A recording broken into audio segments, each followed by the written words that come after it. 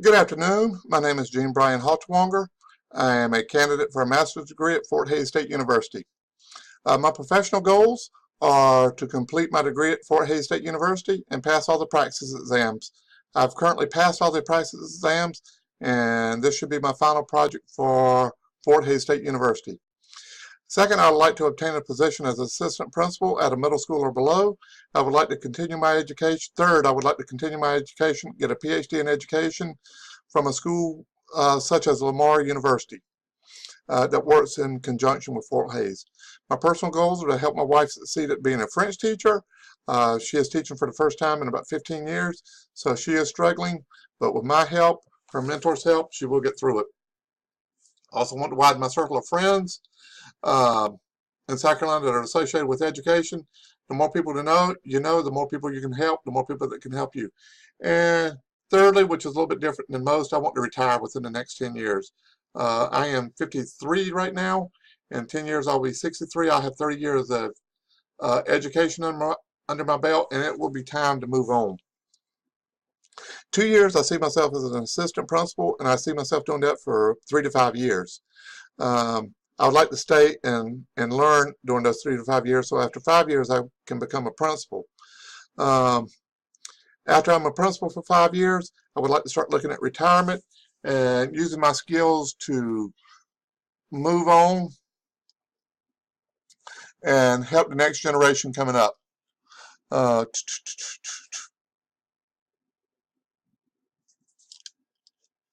My resume that I have is a little bit different than most. I started life as a business major. I was not in education. I did a program in South Carolina called critical needs, and that allows you to pass all the practice exams and then start teaching and take education courses backwards during your first 3 years of teaching. The failure rate is about 70 or 80%. I've been teaching, I'm in my 19th year, so I feel pretty successful at it, and I have learned a lot during that. My education, my undergraduate degree is from Limestone College in Gaffney, South Carolina. I have 3.7 GPA, work full-time during the day and went at night. My master's degree that I currently have is from Webster University in St. Louis, Missouri. They had a branch here in South Carolina. Once again, I had to work during the day and went at night. GPA there wasn't as great. It was 3.17, but working full-time and going to school full-time, I was fairly pleased with it. Currently, my GPA at Fort Hays State University is 3.91. I've completed all my classes. That's 11 A's and a B. During the B I had, I was not very pleased with, but it was during a time when we had 2 deaths in the family, so I can deal with that. Not exactly what I wanted, but still 3.91 is a decent GPA.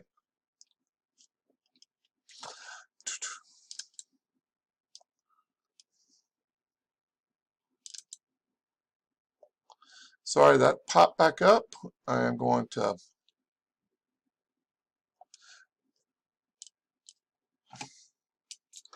sorry, my internet's running slow, so I may be pausing it to get stuff to come up on the screen.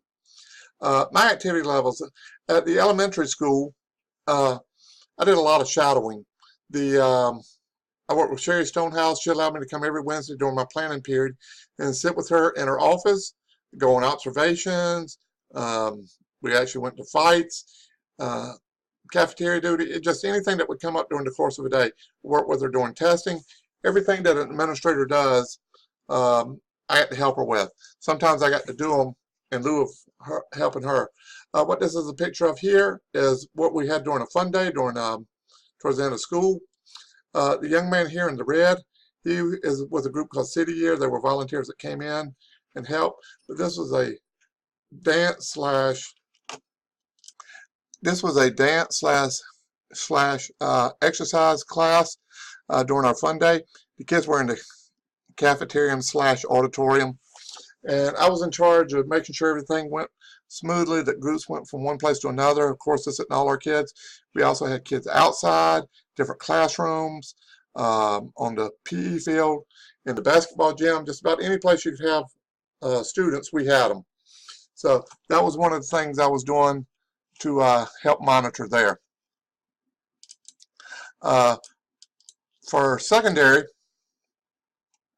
for the high school, I did a book inventory where we barcoded all the books, put them in the system so we can keep track of them. Of course, we don't use books that much anymore. I also work with the football games and basketball games. This picture that's coming up is the Orangeburg Wilkinson cheerleaders. I was up in the stands. We took this picture and put it on the web. Once again, the computer's moving a little bit slow. This picture I took, we put it up on the web. This was during October, during Breast Cancer Awareness Month. This down here in the lower right corner, she's a teacher. She's having a monitor. I was working with Melissa Amaker Smalls during this. I was responsible for basically opening up the football stadium, monitoring crowds, working with the police, and shutting the football stadium down at the end of the game.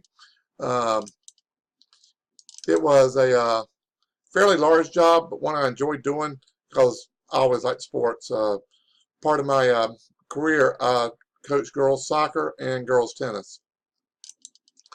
One of the things I did was the district level.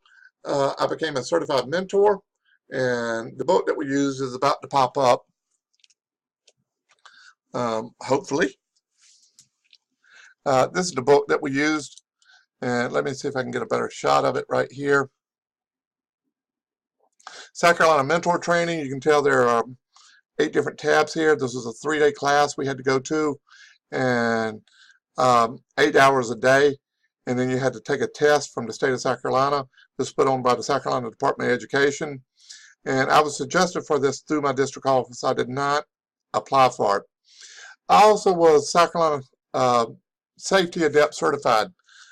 Safety Adept is the certification system we use in South Carolina. It has 10 standards that we work with. And teachers have to pass all 10 to get their certification. And let's close this one out. And activity log done in Google Sheets that I was filling out. I tried to break it down in elementary, secondary, and then district. In elementary, mostly what I did was shadowing. Every Wednesday I got to go work with Sherry Stonehouse and shadow her and do everything that she did or observe her doing what she needed to do to get through her day. We did testing, we did referrals, we did discipline, we did classroom observations, just about anything that an assistant principal would do, I got to do. The only caveat was I was not allowed to sit in on personnel matters. So if there was a teacher that needed some guidance, I could not sit in on that because that was personnel. And since I was not officially the administrator, we didn't think it would be ethical for me to sit in on that. For the high school, did book inventory, football stadium, basketball games, anything that I also did some shadowing there, not as much as I did in the elementary school, but did a lot of shadowing there. I met a lot of our standards over there, and I've got them written down all over here. And then for district, I was a certified mentor and an evaluator for the Safety Adept program.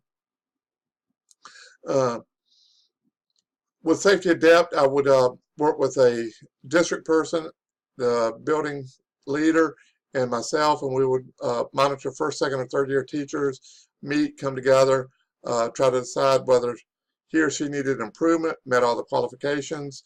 There were 10 things that we were basically looking for, and if they were not meeting them, it was my job to help guide them, help guide the new teacher and how to meet that. I also did mentoring. I did not do observations then, but I would go in and sit in on the teacher, help them teach a class.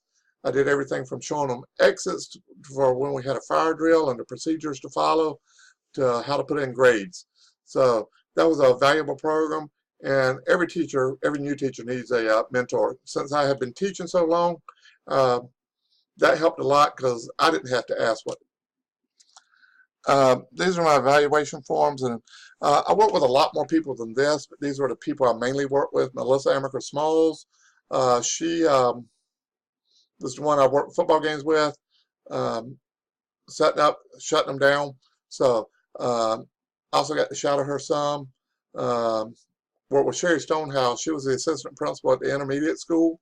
She's one I got to shadow every Wednesday, Tuesdays if Wednesdays was not available.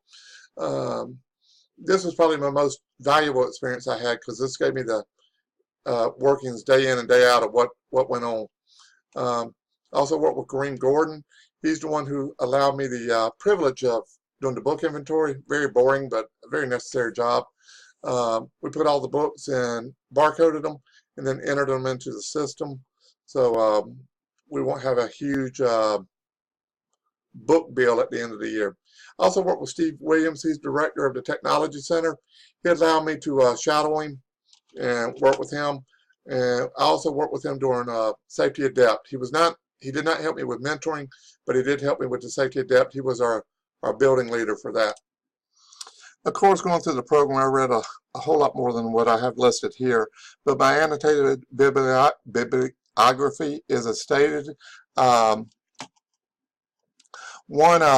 First year hurdles, and this is talking about as an administrator, not as a teacher. And one thing I have not thought about that they talked about is you have very few peers. If you're an assistant principal, you have a principal, maybe one or two other assistant principals, but it's not like when you're a teacher. And anytime you talk to a member of staff, they feel like they're being evaluated. So you go from a different role and a different relationship with the teachers.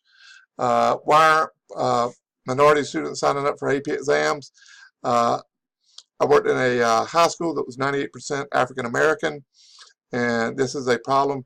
And it talks about ways to help minority students pass and sign up for PSAT or AP exams. And there are some other books in here. I don't have time to go over all of them. Right now I'm working in a rural school district, and one of the books through here, Unique Rural District Politics. This is from the Rural Educator. It talks about how our schools are financed as opposed to urban schools, how we don't have all the bells and whistles that some of the urban schools have. We have a school that's probably about 20 miles from us, absolutely gorgeous, and it looks like a small college, whereas the school I'm currently working in has a lot of repairs that need to be done and things along that. And this article helped you learn how to be diplomatic when you're looking for ways. And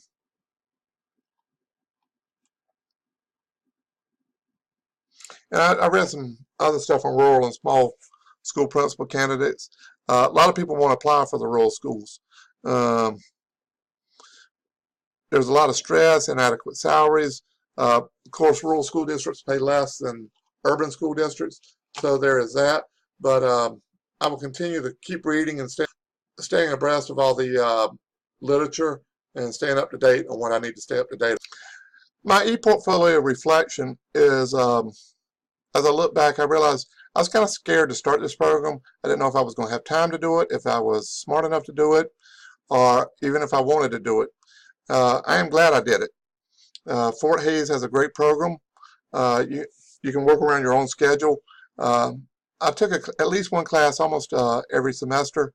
I think I took one summer off, but the professors were very good, and it taught me a lot about the new standards and what I needed to do as an administrator. During my explanation stage, I found out how quickly things can change. I had 15 years of teaching, but the best laid plans of mice and men, they constantly change in education. You never know when there's going to be an emergency or something will happen, but I thoroughly enjoyed working with Ms. Stonehouse during this stage. My conjecture stage, I learned that I'll have to make decisions quickly and efficiently. My analysis stage, I worked with about 25 principals, more than 50 assistant principals over the years. I learned a lot about what I need to do from watching them do things incorrectly. And finally, my synthesis stage, I've learned to work well with other people. Thank you for your